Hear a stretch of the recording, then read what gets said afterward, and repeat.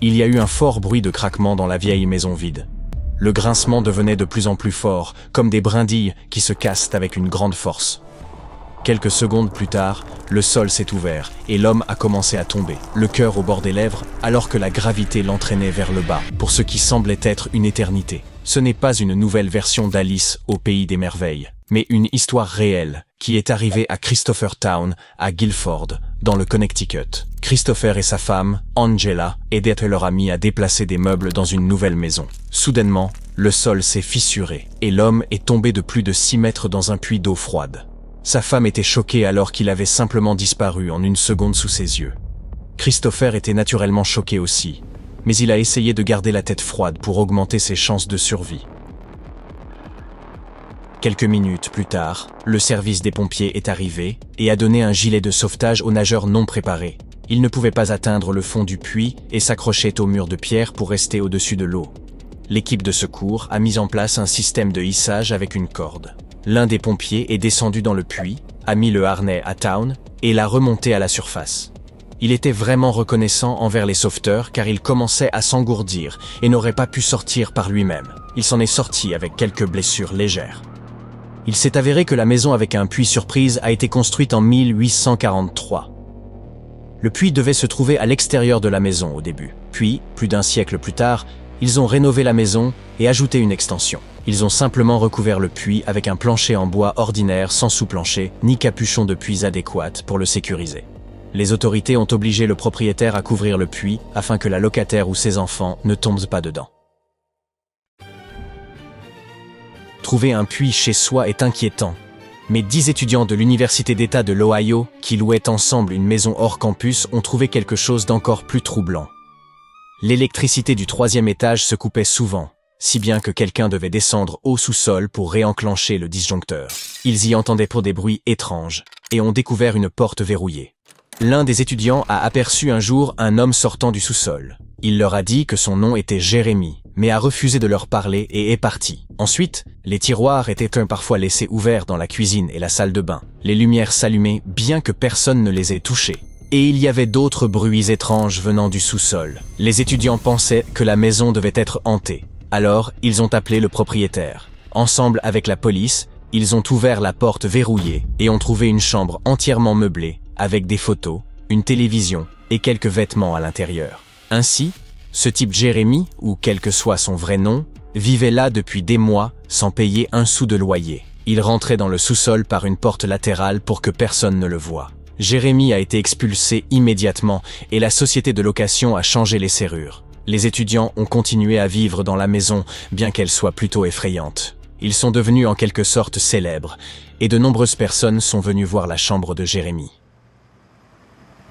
Une famille en Angleterre a remarqué une grille métallique inhabituelle à l'extérieur de leur salle de bain, dans la maison où ils avaient emménagé. Un jour, lors d'une fête de famille, ils ont décidé d'explorer enfin ce qui se trouvait en dessous.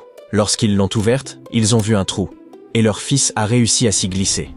Le fils du couple et son oncle sont descendus et ont découvert un grand coffre à l'intérieur d'une pièce en briques. Le coffre était rempli de vieux journaux datant du début des années 1900. Il y avait aussi quelques vieilles bouteilles encore pleines. Au centre de la pièce, il y avait une croix en bois qui était tombée et pourrissait parce que l'espace était très humide. Ils ont également remarqué des crochets suspendus au plafond, qu'ils pensaient avoir pu être utilisés pour suspendre de la viande. À une extrémité de la cave, ils ont vu un chiffon humide. Et il y avait des bancs en briques, le long des murs, qui leur rappelaient quelque chose que l'on pourrait voir dans une église. D'autres membres de la famille ont trouvé un escalier à l'arrière du sous-sol.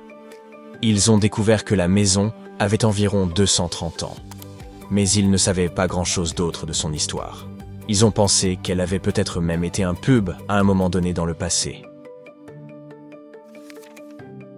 Mark et Jenny Ronsman ont acheté une maison dans le Wisconsin et ont été informés qu'il y avait autrefois un jacuzzi dans l'une des pièces. Une dame âgée y avait vécu avant eux, mais en vieillissant, elle cessa d'utiliser le bain de style romain et le recouvrit au lieu de l'enlever. La dame leur montra une vieille photo du jacuzzi rempli d'eau et avec des gens l'utilisant, mais ils ne pouvaient pas voir le jacuzzi en détail sur les photos. Mark était curieux, alors lorsqu'ils ont emménagé, il a arraché la moquette de la pièce pour voir ce qu'il y avait en dessous. Il a fallu au couple 3 ans et demi après leur emménagement avant qu'ils ne décident de commencer à le réparer. Mark a constaté que les carreaux à l'intérieur du jacuzzi étaient encore magnifiques et qu'il était très profond. Il l'a restauré lui-même et a publié des photos avant et après sur son compte Facebook. Il a reçu beaucoup de mentions, j'aime et de commentaires à ce sujet. Un technicien de piscine a vérifié le jacuzzi et a dit qu'il était en bon état. Ainsi, le couple n'a eu qu'à nettoyer tous les carreaux, rincer et nettoyer les tuyaux, puis le remplir d'eau. Mark a décidé de ne pas s'arrêter là et essaie maintenant de restaurer une machine de bowling arcadienne des années 50.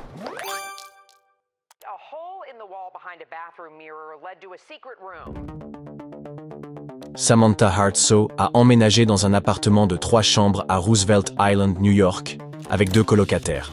Un jour, elle est revenue d'une randonnée et a remarqué qu'il faisait vraiment froid dans sa salle de bain.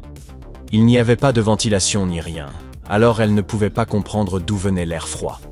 Lorsqu'elle a soulevé le miroir qui semblait être la source du froid, elle a découvert un trou dans le mur, ressemblant à une niche qui avait autrefois accueilli une armoire à pharmacie, mais sans fond. Cela menait à une pièce. La courageuse Samantha a décidé d'entrer avec une lampe de poche fixée sur sa tête, un masque facial et un marteau pour se protéger des monstres éventuels qui vivaient de l'autre côté.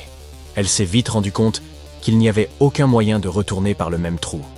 Elle a donc dû s'aventurer plus loin et a découvert un appartement complet de 3 chambres avec ses fenêtres ouvertes.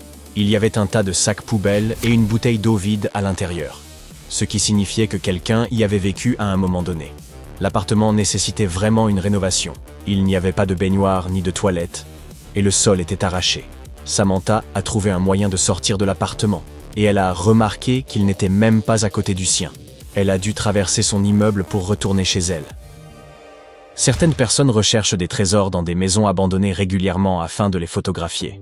C'était l'histoire d'un homme qui est entré dans l'une de ces maisons dans le sud de l'Ontario, à la recherche d'antiquités et d'artefacts. La maison semblait avoir été abandonnée depuis au moins 30 ou 40 ans. La cuisine et les placards étaient remplis de produits ayant expiré depuis longtemps, et de canettes. Il y avait aussi des photos de famille partout.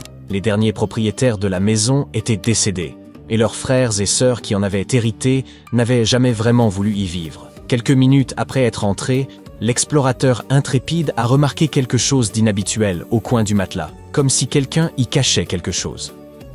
Il s'est avéré qu'il s'agissait d'un sac jaune d'une quincaillerie rempli d'environ 6 800 $ en espèces, de l'argent américain et canadien ancien et malodorant en rouleaux serrés. La plupart d'entre eux avaient de petits élastiques pour maintenir l'argent ensemble et des marques au crayon avec des dates des années 1960 à 1970 et des montants. L'homme qui les a trouvés et son ami qui lui avait parlé de la maison ont décidé de contacter la dame qui avait hérité de la propriété. Il lui a laissé un message vocal et quelques heures plus tard, elle l'a rappelé, très nerveuse. Elle et son mari ont convenu de rencontrer l'explorateur urbain à la maison et il leur a montré où était l'argent.